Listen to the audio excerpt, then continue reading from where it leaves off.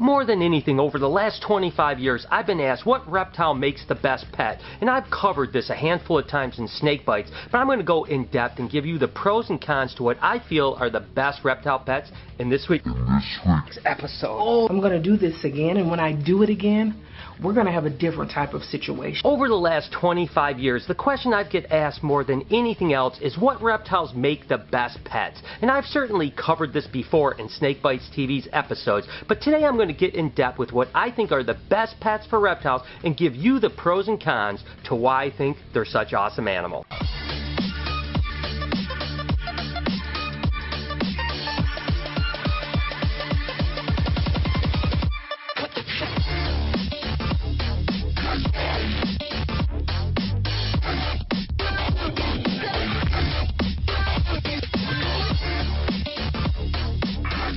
Let's start with the corn snake. When it comes to snakes, corns are probably one of the best pets, no doubt. These guys are native to the southeast part of the United States. They typically get about 4 to 5 foot, and they're just really placid animals. One of the things that's really great is that they're so captive bred, and there's so many paint jobs to them that you can find almost anything to meet your needs, as well as the fact that they're relatively good at handling, and they certainly eat frozen food extremely well. Let's go ahead and look at the pros and the cons. Feeds readily on frozen thawed rodents. Stays a nice size. Easy to care for. Lots of colors to choose from. Small as babies. Slightly squirmy as babies. Certainly over the last 2 decades, the ball python has probably been one of the most popular pet snakes in the pet trade. Now these guys are native to West Africa, and typically the 3 countries they come out of are Togo, Ghana, and Benin. What happens there is they collect wild-caught gravid females, they bring them into a facility, they let them lay their eggs, and they captive hatch them. Now in the past there's been up to 100,000 babies that have been exported out of West Africa into the pet trade, both in Europe and in the United States. Now fortunately, over the last 10 to 12 years, there's been a tremendous amount of captive breeding within the European community and the American community, really relieving the stress on those farms over in West Africa. Now they're supposed to release the females back into the wild, basically making a sustainable farming situation. But thankfully, the numbers have reduced down to probably sub 20,000 coming out of West Africa because of the amount of captive breeding that have happened over in Europe and in America. Now that's where a lot of the color mutations have really cropped up. Certainly they originated in West Africa in many cases, but captive breeding has continued to combine different color mutations, making ball pythons not only a great pet snake, but also one of the most colorful snakes in the pet trade. Big, but not too big. Easily handled snake. Easy care and setup. Lots of paint jobs. Don't move a lot. Some think boring. Picky feeders.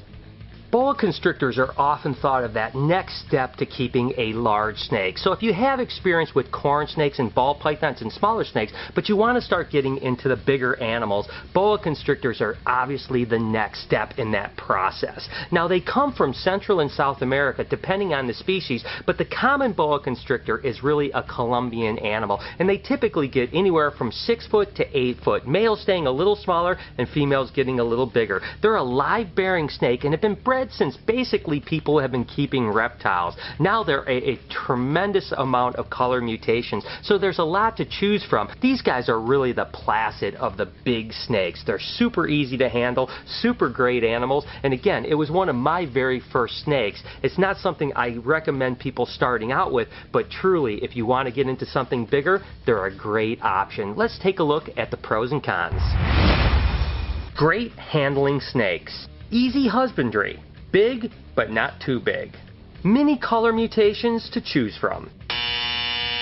Still a pretty large snake. Leopard geckos are certainly thought of as the #1 pet lizard, and there's good reason for that. They're really easy to care for. They come in a ton of different colors, and they're just a great starter lizard because of their ease of care. Now, they come from India and Pakistan, but they've been captive bred for the last couple decades in large numbers. So it's very easy to get a captive bred and captive hatched animals, and really they hardly ever import them anymore, to be honest with you. And with numbers being produced in the hundreds of thousands thousands of years, there's certainly no need for that. Now again, they don't get really large, and they're typically pretty good at handling. They're a little squirmy when they're babies, but as they get bigger, you can see they become extremely placid. These guys will have 2 eggs at a time, and they can have up to 4 to 5 clutches per year. So they're a highly productive animal, and that's why you see so many of them out there. Again, when you're first getting into reptiles and you want a pet lizard, a leopard gecko is a great choice. But let's take a look at the pros and the cons. Super easy to care for. Hardy and tolerates handling well. Loads of paint jobs to choose from. Easy setup. Takes time to get used to handling. Needs to be fed live insects. Small and slightly delicate as babies.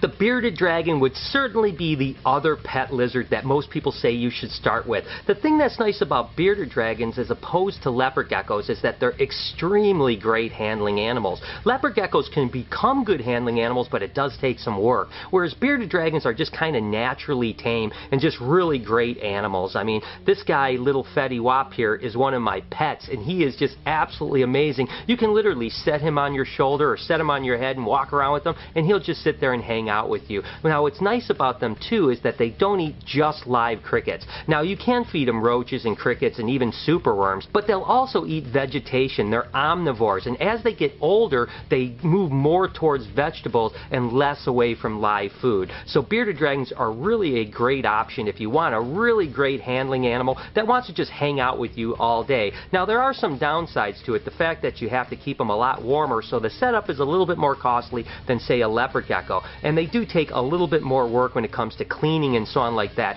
but these are absolutely a great pet lizard, and if you want something that's just going to be totally chill, bearded dragons are your best option. Great handling pets. Readily feed on bugs and veggies. Gets big, but not too large. Easy setup. They feed a lot. Need to be cleaned frequently.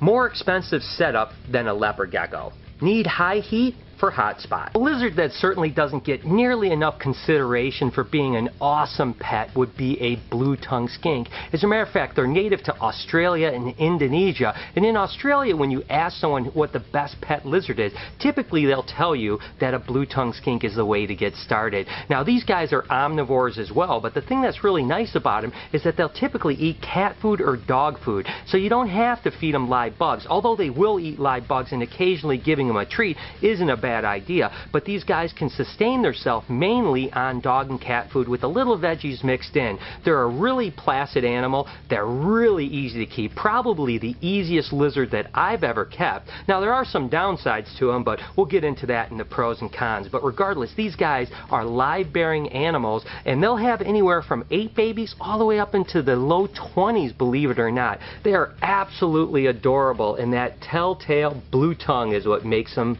unbelievable. Certainly a pet lizard that you can consider if you ever want to start keeping a really cool animal. Very easy to care for. Don't require live foods. Extremely hardy. Low maintenance.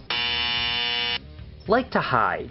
Must keep claws trimmed or you'll get scratched. Captive-born animals not as readily available as some of the other pet lizards. Now, I'm not sure that I really consider chameleons a great pet, but I want to throw them in because they're a really great option, in particular for a really cool reptiles display lizard. They're pretty easy to care for if you have the proper setup. Now, I'm not sure that I would ever consider them a first-time reptile pet, but if you have some experience taking care of reptiles and have a really good setup for them, chameleons can be extremely hardy and extremely easy to care for. Now, there's a bunch of different species of chameleons that are captive bred and born and are available, including this panther chameleon right here. His name is Karma, and he's absolutely incredible. Now, they're not necessarily a great handling animal, although I have seen some chameleons become pretty used to being handled. Mainly, I like them as a display animal and kind of leave them alone. I hardly ever take Karma out. Every now and then I do, but you can see he has a little bit of an attitude about it. Again, chameleons require a great setup, and they do require live food, but other than that, they can be really amazing animals, and there's so much to choose from. But certainly we have to take a look at the pros and the cons. Beautiful lizards. With proper setup, easy care. Lots of color options. not a beginner lizard. Setup more advanced, not a handling lizard.